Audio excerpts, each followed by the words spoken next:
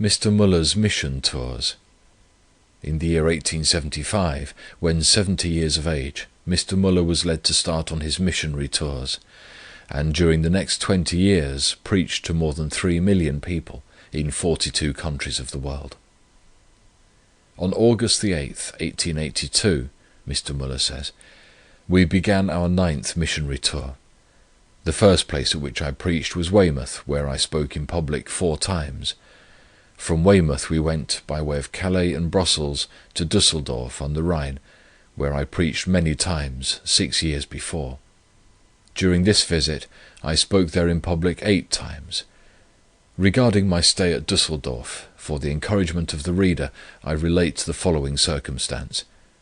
During our first visit to that city, in the year 1876, a godly city missionary came to me one day, greatly tried, because he had 6 sons, for whose conversion he had been praying many years, and yet they remained unconcerned about their souls, and he desired me to tell him what to do.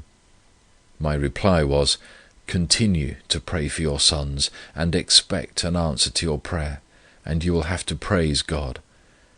Now, when after 6 years I was again in the same city, this dear man came to me, and said he was surprised he had not seen before himself what he ought to do, and that he had resolved to take my advice, and more earnestly than ever give himself to prayer.